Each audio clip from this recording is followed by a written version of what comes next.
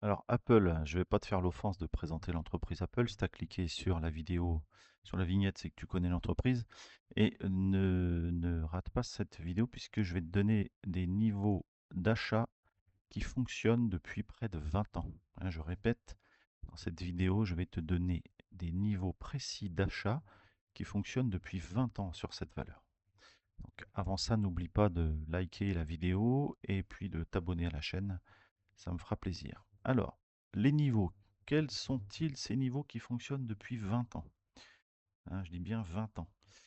On est ici sur un graphique en hebdomadaire. Donc j'ai fait exprès de ne mettre aucune résistance, aucun support et très peu d'indicateurs. Hein. Il y a deux moyennes mobiles. Et là, c'est un indicateur de cycle, mais tu vois, je peux même le fermer, ce que je vais même pas.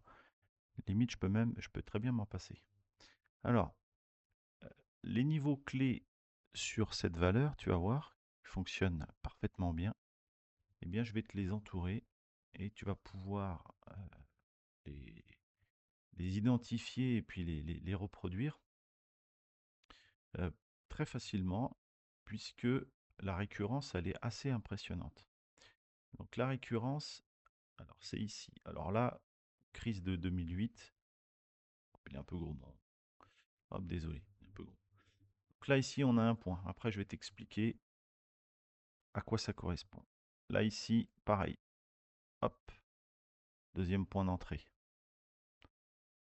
Ensuite, ici, je vais agrandir un peu mon graphe parce qu'en fait, il y a plusieurs points d'entrée à chaque fois. Hop, des fois, j'en mets qu'un, mais en fait, il y en a plusieurs. Attends, je fais des bêtises, je vais aller trop vite et je fais mal. Hop, je prends le temps. Alors, ici, tu as un point ici. Ah, si tu l'as loupé, ben, c'est pas grave, hein, parce que le marché, il est gentil, il va te redonner d'autres points d'entrée. Voilà, toute cette zone-là. Là, hop. Ensuite, on a un autre point qui est là. Tac. Bon, celui-là, on aurait presque pu le mettre.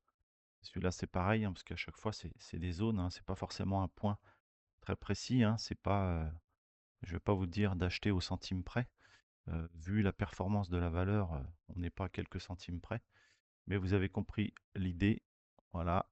Eh bien, l'idée, c'est tout simplement de venir acheter à chaque fois, même quand l'action est relativement proche, hein, autour de 1 à 2%. Encore mieux si elle vient toucher, et encore mieux si elle vient passer légèrement dessous. Eh bien, les niveaux d'achat, vous les voyez, ils sont sous vos yeux. Donc là, on a la période avril 2025, on a la période avril 2024, on a la période janvier 2023, on a, là, on est beaucoup plus loin, on est en mars 2020. Là, on est en janvier 2019. Là, on a toute la période 2016. On a ici 2015. On a ici une grosse période entre 2000, enfin toute l'année 2013. Voilà, toute la période 2008-2009, crise des subprimes, pour ceux qui ont connu, etc. etc. D'accord. Je peux même remonter, vous voyez, en 2004. Voilà. Alors, ces niveaux, ils correspondent à quoi? Eh bien, ils correspondent tout simplement à la moyenne mobile bleue qui est affichée sur votre écran et qui correspond à la moyenne mobile 150 périodes exponentielles. 150 périodes exponentielles. Exponentielles voulant dire que les dernières périodes ont un poids beaucoup plus important que les premières périodes des 150.